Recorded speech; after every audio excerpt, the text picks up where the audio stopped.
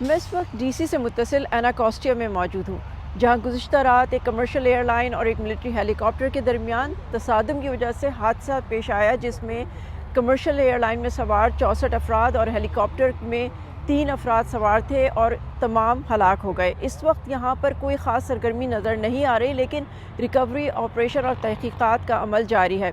यहाँ एनाकोस्टिया में मेरे पीछे आप देख सकते हैं एम्बुलेंसेस और रिकवरी टीम्स मौजूद हैं। करीबी मेडिकल कैंप साइट बना दी गई है।